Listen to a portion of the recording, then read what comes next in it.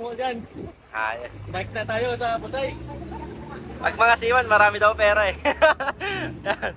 Eto, nagpa-build sa atin si Sir. Ayan. Kakababa lang nila ng barko. So yan, ito yung Mountain Peak Explorer natin na carbon bike. Yan, napaka-pogi. Yan. Kaya ganito yung setup niya. Sanay si Sir sa mga nakayuko. Ayan, kahit medyo malusog siya, gusto niya nakayuko kasi gusto niya yung matulid na setup. Yan, isa-isahin natin yung mga parts na nakabit dito. Ito yung Mountain Peak Explorer 2000. Yan, quick release. Carbon loading. Ito yung frame na never ka naka-encounter ng issue. Kaya masasabi kong budget meal pero matibay. Mula nag-start ako ng bike shop, nakapitong ganito ako. Tested ko na to. Kahit pinangharaba sa trail, goods na goods.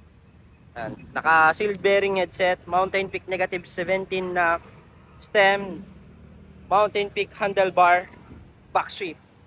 Pops Pro 2 handle grip, naka anti-slip design. Kahit pawisin ka na sa ride, goods na goods pa rin to, napakakapit. Kaya manin din si Sir. Straight Shimano Jore group set M6100 short lever. Ayan. 2 finger. Ito yung tinatawag na 2 finger. Napakaganda ng kapit na ito. Shimano Jore shifter, naka Mountain Peak rigid fork. Yan.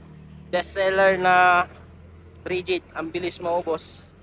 Fast rolling tire, maxi space. Pops Pro rim, 1 year warranty. Yan, if ever na may crack, papalitan namin yan ng bago. Pops Pro spoke, sword na hubs. Kasi gusto ni Sir, tunog mayaman. Naka Shimano rotors, cooling pins na caliper. Dito naman tayo sa upuan niya, Pops Pro 2. Yan, napakalambot. Meron din siyang airflow, at the same time, mayroon siyang cover para safe pa rin yung jet logs natin just in case na may tumusok galing sa baba. Ayan, napakaganda rin ng saddle natin kasi hindi na siya yung staple design kundi solid nylon plastic siya. Yan, nylon plastic para hindi siya basta-basta nagka-crack. Mountain Peak seat post na dual lock. Ayan, lahat set yan, Mountain Peak. Ito naman tayo sa crankset niya. Jore M6100 crankset. Napaka-solid, 32 teeth. Bagay yung mga 32 teeth sa 10 teeth na straight Jore. Naka-weapon ambush na sealed bearing pedal, Jore chain, Jore sprocket 1051, panghataw at pang-ahon. Jore clutch, syempre. Jore M6100 na may clutch. Yan. Sword hubs, tunog mayaman. So ayan yung kabuuan ng bike ni Sir.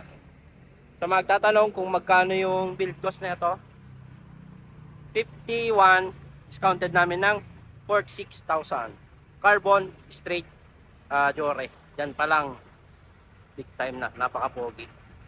So yan lang, kung gusto nyo rin magpa-build, visit kayo dito sa Pops Bike Shop. Yan, meron din tayong isang carbon doon. Mga nasa malalayong lugar naman na gusto magpakita ng suportas dito sa Pops Bike Shop at gusto mag-order, ayan, visit lang kayo dito sa mga legit account namin. Dito lang kayo pwedeng makipag-transact para legit at di kayo may scam. Visit lang kayo sa TikTok, Shopee, Lazada namin. Pops Bike Shop Official. Ayan, ito yung mga legit account namin. Jason Bike Parts, Bikers Need. Thank you mga Pops, mga Padjak. Ayan, dito na kayo makipag-transact at mag-order. Thank you.